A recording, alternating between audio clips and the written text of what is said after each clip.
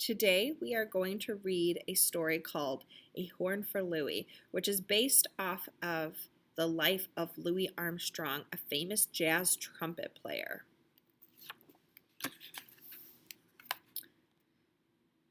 The trumpet looked new. Louis stood on tiptoe. He pressed his nose against the window.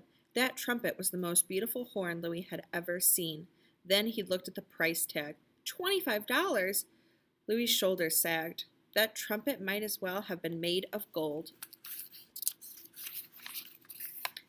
A Horn for Louis by Eric A. Kimmel, illustrated by James Bernardin.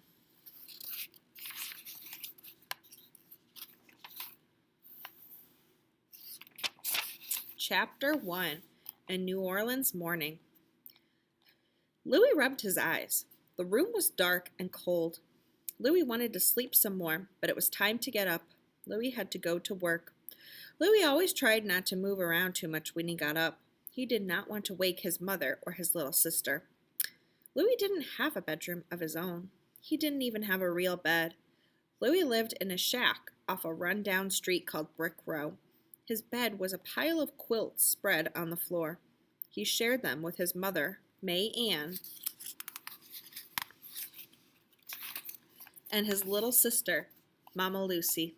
Sharing a bed with two other people was a good way to keep warm on cold winter nights.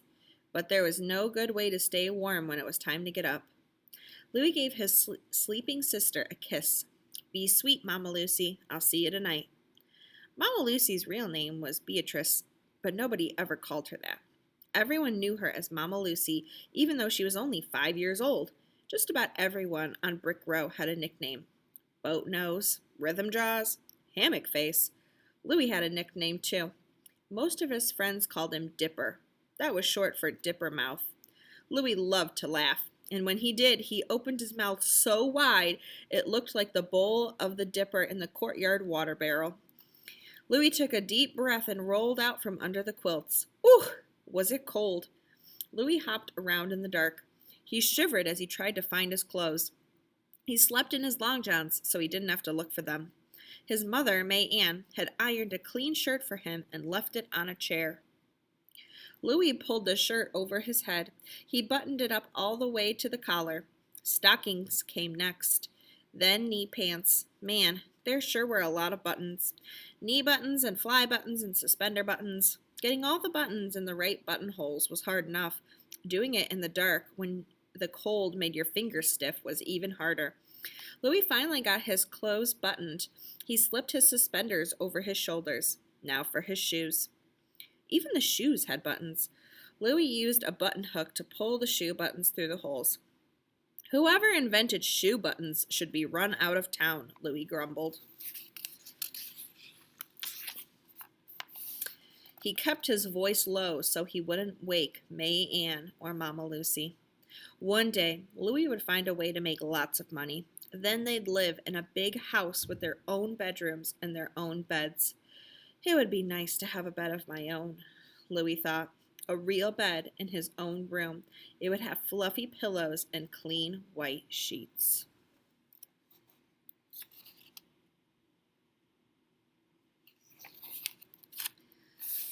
Louis's grandmother told him about beds like that. She used to work in the big houses in the Garden District. She cooked and cleaned for rich white people. The beds in those houses were so big and soft. Sleeping there must have felt like sleeping on a cloud. I'll have a bed like that and a house like that someday, Louis promised himself. I'll keep the fire in the stove going all night long so it will be warm in the morning. I'll have servants to button my buttons and light the kerosene lamp so I won't have to get dressed in the dark. Why, I might not even need those lamps. I'll sleep so late that when I wake up, it'll be time to go back to bed. It sure was a fine dream.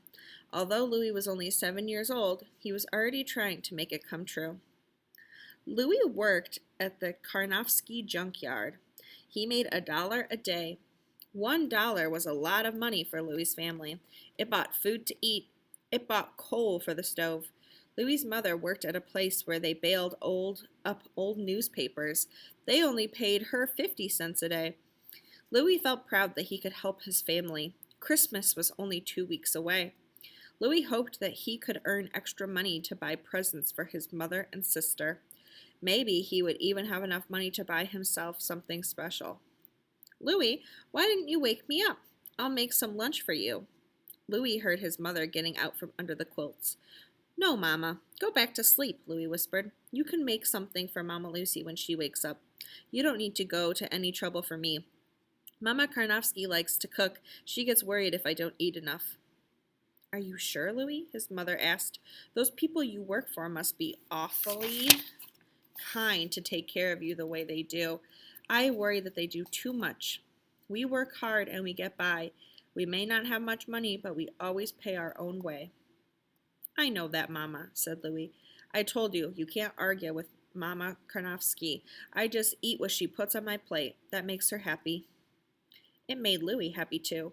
The food that Mama Karnofsky put on Louis's plate was mighty good. Mama Karnofsky loved to cook as much as Louis loved to eat. She made lakshen and nightblak and dishes whose names Louis couldn't even begin to pronounce. That didn't matter to Louis. He might not be able to say them, but he could sure eat them. Louis's mother kissed him goodbye. Be sweet, son. Work hard and be a good boy. You know I will, Mama. You can count on me, Louis said as he pulled on his jacket. He slipped his tin horn into his pocket. Shutting the door behind him, he walked through the alley.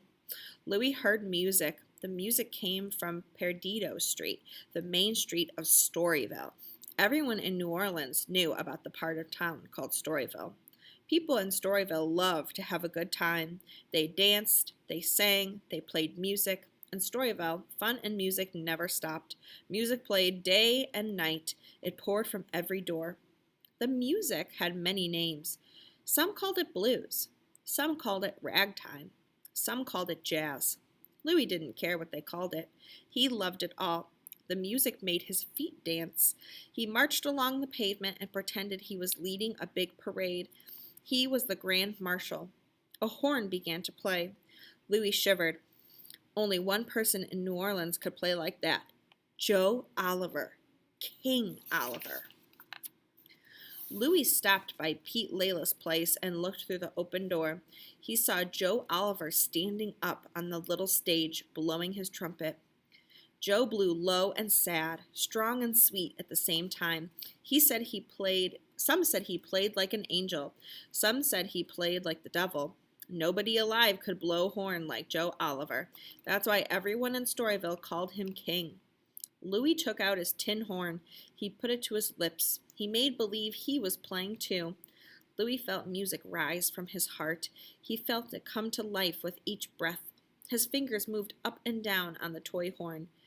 The toy horn didn't have valves like a real trumpet. Still, Louis liked to pretend that he knew how to use valves to make the notes. The people inside Pete Layla started cheering for Joe Oliver. Louis pretended they were cheering for him. Hooray for King Louis, they yelled. If only he had a real horn to play, not just a little tin toy. Ain't never gonna blow like King Oliver on this tin horn, Louis whispered to himself. He put his dream back in his pocket with the horn. Louis had to hurry. He did not want to be late for work. That is the end of chapter 1.